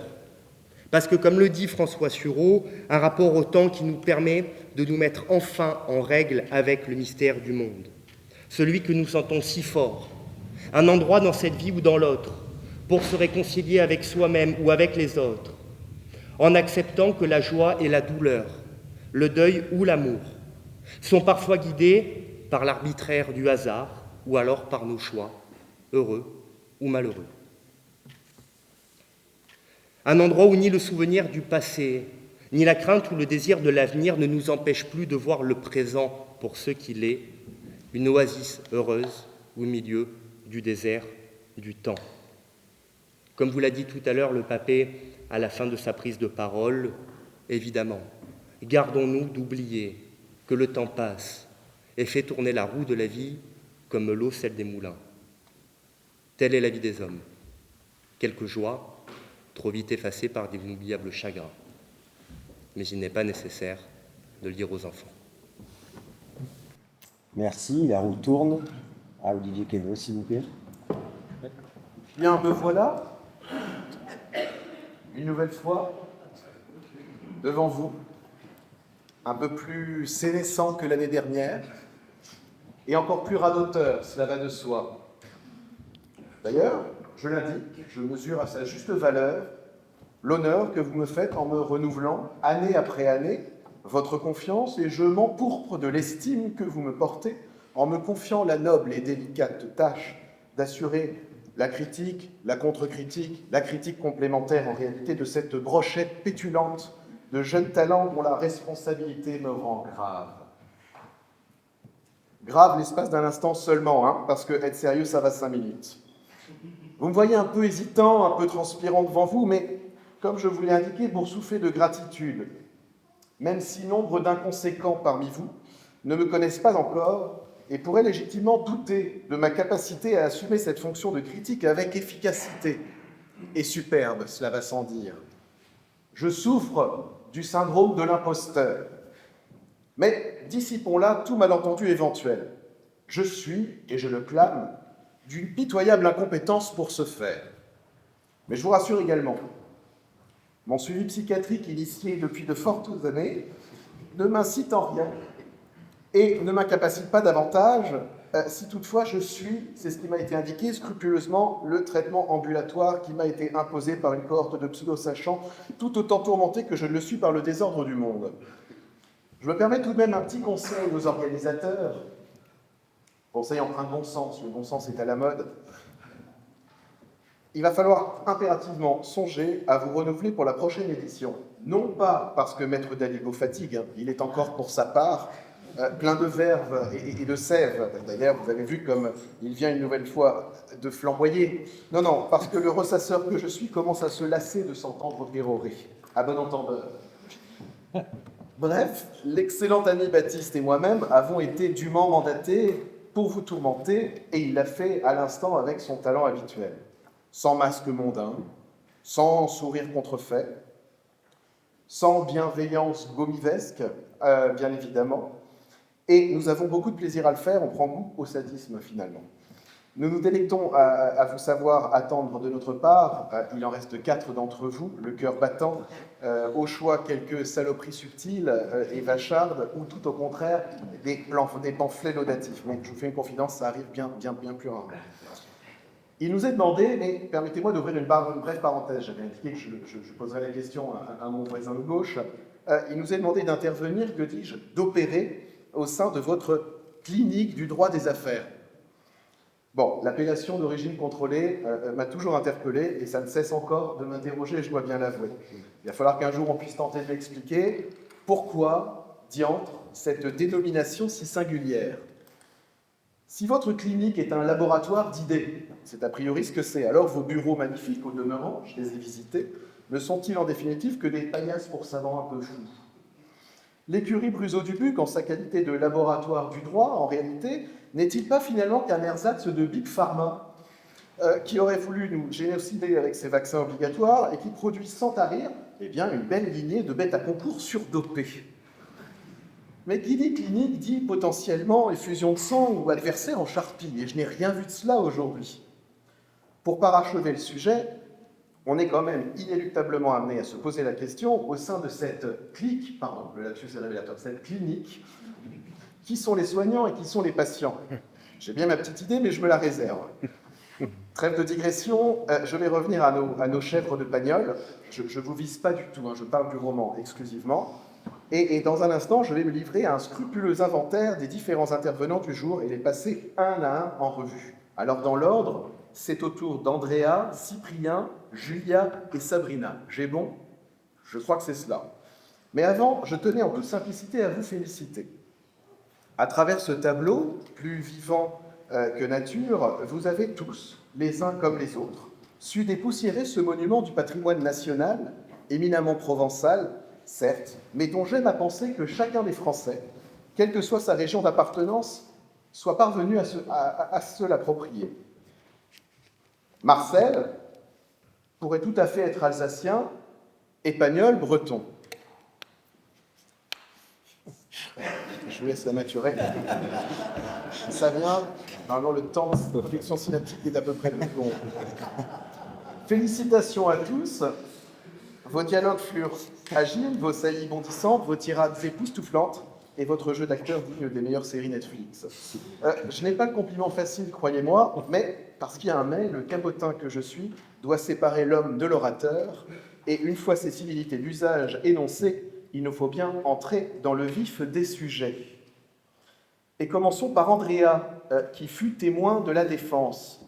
Andrea, dont, je le rappelle, qui est affecté de cécité et pour lequel personne, Andrea, ne vous a aidé à vous approcher de la barre. Hein, je tiens à l'indiquer, honte à vous, public, personne ne s'est levé. Et Andrea, pour une aveugle, vous m'avez paru quand même parfaitement clairvoyante. C'est assez peu commun en réalité, Andrea, puisque si on synthétise votre témoignage, vous vous avérez être une balance en réalité. Une balance clairvoyante, mais ne tergiversons pas, vous êtes, Andrea, une véritable poucave. En définitive, si vous aviez tenu votre langue, eh bien César Soubeyran n'aurait pas à répondre de ses forfaits. C'est bien cela. À sa place, j'aurais véritablement le seum. Vous dites d'ailleurs, je vous cite expressis verbis, vous vous dites de ses amis. C'est cela, oui, de ses amis. Qu'est-ce que ça doit être de compter parmi vos ennemis? Hein, vous venez, chétive, menue, charmante, en tentant de nous attendrir, et puis vous allez ensuite convoquer Dieu et sa justice divine. Alors, c'est bien courageux, hein, évidemment, après avoir dénoncé, vous avez finalement défendu à votre façon César Soubeyran, et finalement, vous êtes, je pense, l'illustration parfaite de ce que je qualifierais d'être pour-contriste en bout de course. Ne seriez-vous pas un peu macroniste, en définitive, en appliquant cette maxime de l'en même temps? Vous, Andrea, peut-être un peu naïvement romantique, espérez en définitive que la bassesse de votre comportement eh bien, ne révolte pas la conscience. Alors, Andrea, n'en prenez pas ombrage, hein, mais la vérité, franchement, je ne m'abonne pas à votre compte Insta, désolé. Julia, c'est le ministère public. Julia, c'est l'accusatrice parfaite, l'accusatrice sévère, féroce, docte, professorale, mais imparfaite. Tisser votre critique est d'autant plus malaisé que j'ai adoré vous entendre requérir, mais parfaitement à côté de la plaque. Je vous le dis parce que pour vous, ce sera un big up. Alors pour Andrea, ça peut être un cœur avec les mains. Pour vous, c'est un big up. Mais commencez vos réquisitions par « Quand un crime n'est pas nommé, on ajoute au malheur du monde », paraphrasant ainsi Marcel Pagnol-Camus. C'est magistral, véritablement. Oui, j'ai aussi mes sources. Mais supputer ainsi que votre auditoire ait ne serait-ce qu'une once de culture pour en saisir la substantifique moelle, je pense que c'est présomptueux, et c'est une erreur. Je dois vous le confier. Votre auditoire n'est pas celui du temps de Pagnol. Nous sommes en 2026. Regardez-les. Ils sont biberonnés à Hanouna et à Pascal Praud. Je vous cite ensuite. « Je n'ai pas de peine et vous ne devriez pas en avoir non plus. » Alors pour un avocat général, ne pas avoir de peine, vous avouerez que c'est un peu singulier. J'avoue ensuite ne rien avoir compris à vos élucubrations relatives à la prescription acquisitive, hein, c'est bien cela, ce qui semble relever d'un obscur jargon juridique, mais arrêtez, Julia, de nous écraser avec votre savoir, bon sang, un peu d'humilité. Je me demande d'ailleurs, Julia, si tout ce savoir ne vous a pas perdu finalement, et vous a pas fait manquer l'essentiel. Je m'en suis entretenu hier, sans doute un peu tardivement, avec Maître Daligo, mais vous êtes sans doute passé à côté d'un autre lien de prévention qui me paraît fondamental. Maître Daligo vous a rappelé à quel point cette naïade qui prenait de manière dévêtue une douche ou un bain dans cette rivière, on a simplement mis un élément essentiel, c'est que cette jeune naïade, sauf erreur de ma part, est âgée de 16 ans. Alors je sais bien qu'aujourd'hui, et en notre époque, le fait d'être âgé de 16 ans peut conduire au mannequinat, à d'autres types de destinées funestes. Mais tout de même, on est entre nous. On est légaliste. Hugolin est un pédophile.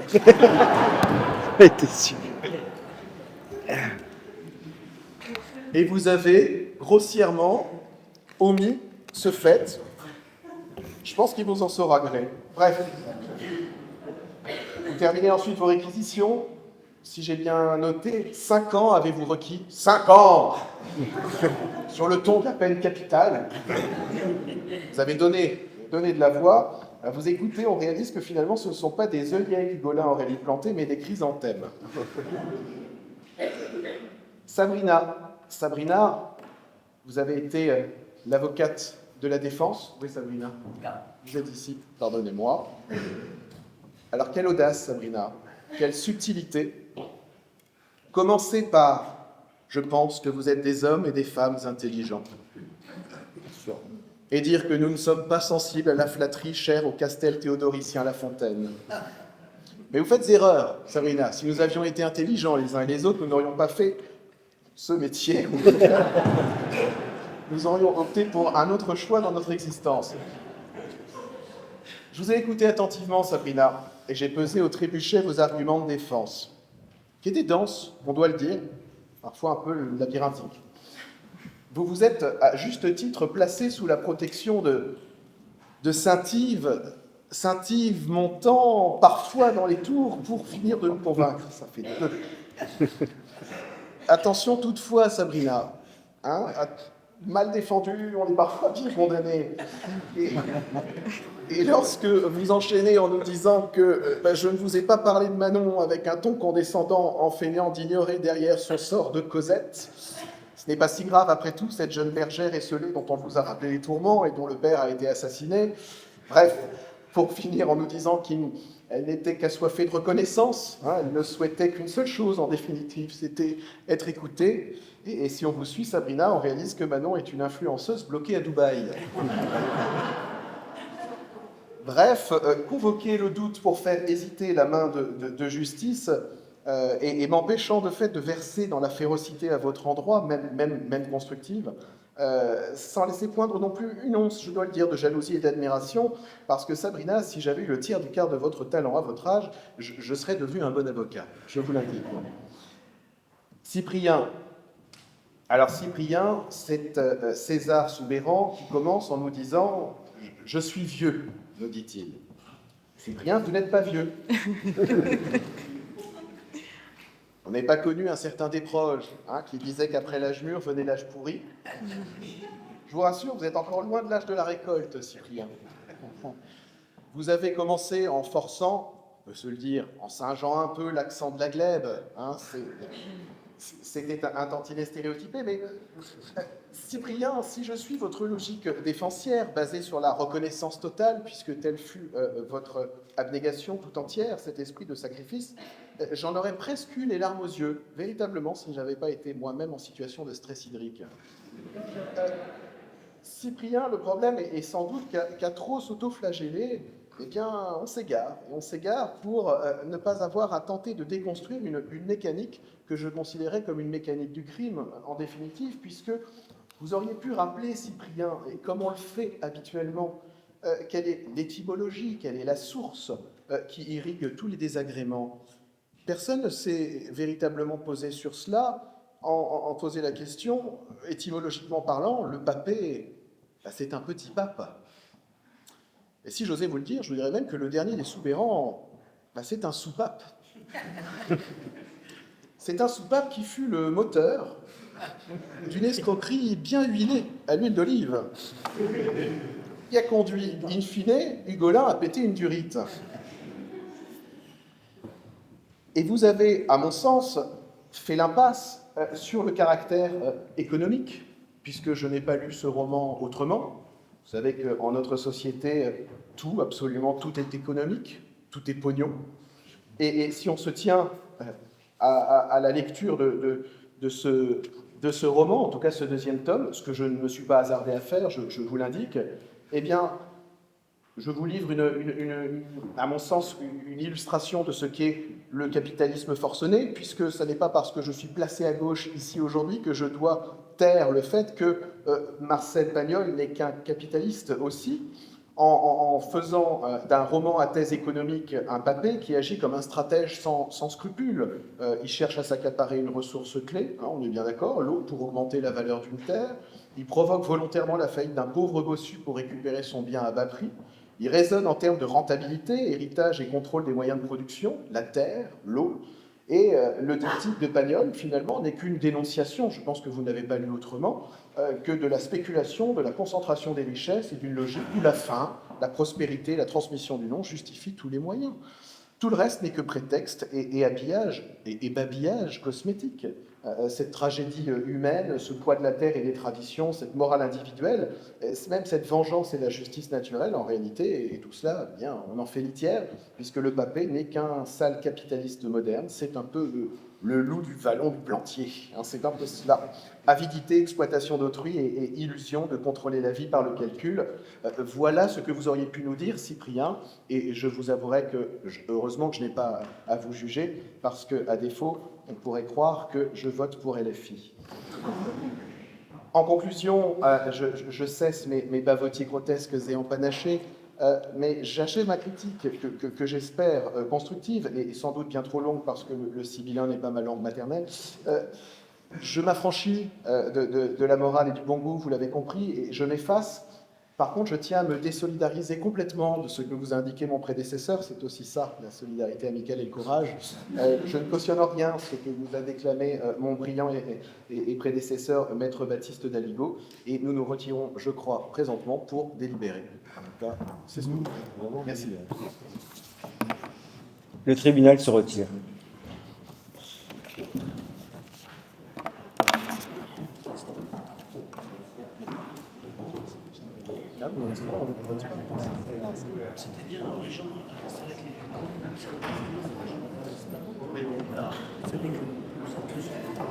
À la table des juges. Assis du compte, c'est mieux. Oh là, cette mise en scène.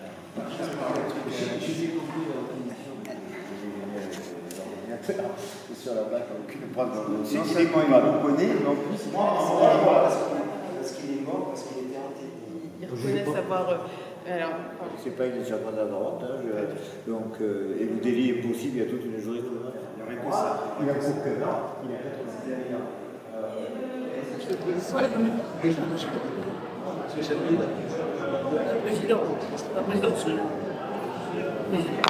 S'il vous plaît. Normalement, quand un président revient, tout le monde est debout. C'est vrai. Attends le membre du tribunal. Voilà, c'est le président. Mépris de tes assesseurs. Non, je dis. Qui se lève, faut pas t'en arriver. Vous pouvez vous asseoir.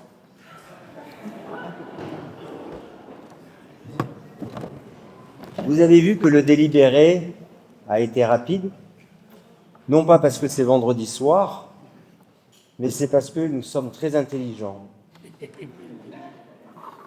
Pour reprendre les mots de la défense.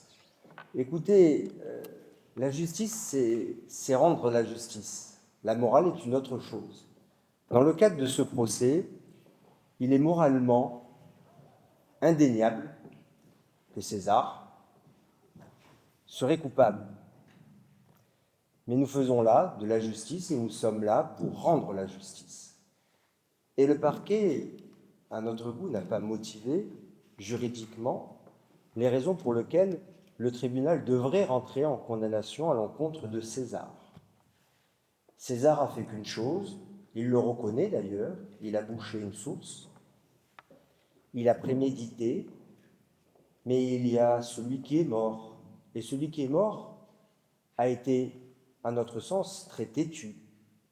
Il avait le choix de partir, tout simplement, et d'abandonner cette terre. Alors, ce choix appartient à celui qui est décédé. Mais pour autant, doit-on remettre la cause et l'objet de cette décision sur la décision de prendre et de condamner César? Chacun est libre de prendre sa décision. César a pris sa décision et le décédé a pris également sa décision. Donc, le tribunal a décidé de relaxer César. Je remercie les membres, tous les candidats qui ont participé à ce procès fictif. Je remercie les organisateurs parce que c'est du travail, s'il vous plaît. Et je remercie au public, j'imagine un grand nombre de familles qui sont venues assister. C'est des moments qui sont importants pour les candidats quand leurs membres de leur famille sont présents. Et puis c'est très important pour les parents également d'entendre leur progéniture et de se dire que ce qu'ils ont fait, toute l'éducation qu'ils leur ont donnée, ça porte ses fruits, puisque cette année nous avions des candidats qui étaient des très bons candidats. Je remercie ceux qui ont porté la critique, parce que la critique est toujours facile, mais ils m'ont bien fait rire les deux, ça, pour ça, je ne peux que les féliciter. Merci à tous d'être venus. Je ne sais pas s'il y a quelque chose de... Je ne sais pas. Voilà. Je sais pas comment il faut le dire. Pardon ? Je te laisse la parole. Merci à tous. Bravo.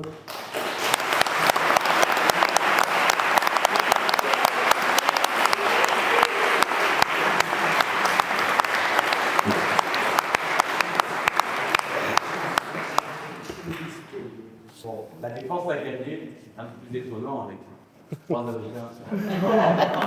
C'est pas faux. Délit de travail, mais quand même, vous avez rien à dire. Non, Au-delà de ça, je voulais simplement vous remercier tous les trois d'avoir été jeunes. Merci Jean-Philippe d'avoir accepté un peu la dernière minute. Le rôle est assez facile. Merci monsieur le bâtonnier. Bah, attendez, moi c'est un grand plaisir, surtout que je vois que la relève est là, est prête, est présente. Et donc, merci cher maître d'avoir fait l'honneur à ce simple barreau d'Aix-en-Provence d'accueillir. Alors, une précision quand même. La personne qui se trouve à ma droite est la seconde secrétaire de la conférence du barreau de Paris. Alors, c'est un concours qui est assez important à Paris, puisqu'il y a, sauf erreur de ma part, 250 candidats qui se présentent. Il y a 3 tours, et au final, il reste 12 personnes. Et sur ces 12 personnes, je peux vous dire, puisque quand j'ai été invité une fois à y aller il y a longtemps, quand j'étais plus jeune, c'est exceptionnel. Et arriver second à ce concours, c'est rien que fabuleux. Donc, je remercie notre consoeur d'être venue, et elle va revenir au mois d'octobre-novembre, puisqu'elle a un gros dossier d'assises sur Aix. Donc, le barreau d'Aix l'accueillera avec le bâtonnier sûr, avec qui elle traitera le dossier en cours d'assises. Donc, le barreau vous accueillera avec grand plaisir. Merci d'être venu. Merci, monsieur le bâtonnier.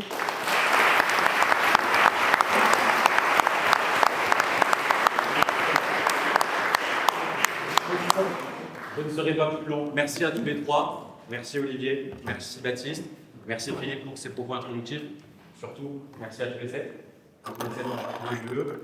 Par prêter votre voix à ce procès, à l'œuvre de Pagnol. L'année dernière, vous venez parler de Cézanne, cette année de Pagnol. L'année prochaine, on verra. Mais en tout cas, on sera au rendez-vous. J'espère que vous aussi. Merci le public, merci à tous. Passez une très bonne soirée. À très vite et au plaisir. Bravo.